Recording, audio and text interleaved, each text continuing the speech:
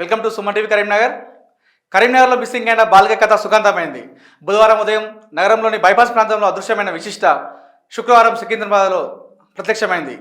దీనికి సంబంధించిన వివరాలను రూరల్ ఏసీపీ కరుణాకర్ మీడియాకు వెల్లడించారు. సికింద్రాబాద్ జూబ్లీ బస్ స్టేషన్లో గత రాత్రి 1 గంట సమయంలో పాపని గుర్తించి కరీంనగర్ తీసుకొచ్చామన్నారు. కరీంనగర్ నుండి సికింద్రాబాద్కు వెళ్ళిన విశిష్ట అక్కడి నుండి జగిత్యాల, వరంగల్, హైదరాబాద్, సిద్దిపేట, కామారెడ్డి, నిజామాబాద్ ప్రాంతాలకు ప్రయాణించిందని తెలిపారు.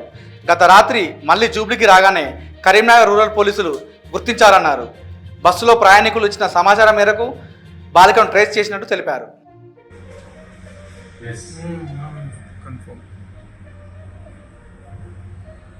సంవత్సరం ఫస్ట్ వాళ్ళ పేరెంట్స్ కి ఎప్పుడైతే ఫ్రీనెస్ కల్పించాల్సిన బాధ్యత తల్లిదండ్రులే, పిల్లలే కాదు. పిల్లలకి తెలియదు వాళ్ళకి.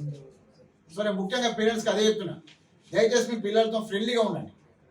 చిన్నదైనా పెద్దదైనా మీతో షేర్ చేసుకునేలా ప్రవర్తించండి. అది ఇది జరిగింది అయితే నువ్వేం చేసినావు అని చెప్పి భయపెట్టేది కాకుండా వాళ్ళ ఫ్రెండ్లీ అకౌంట్ వాళ్ళ అవసరాలు తీస్తే మీరు ఇటువంటి సమస్యలు ఎప్పుడు రావు. 3 రోజులు వాళ్ళ పేరెంట్స్ మా పోలీసు ఎంత కష్టపడడం మీకు అందరూ తెలుసు. Okay, thank you.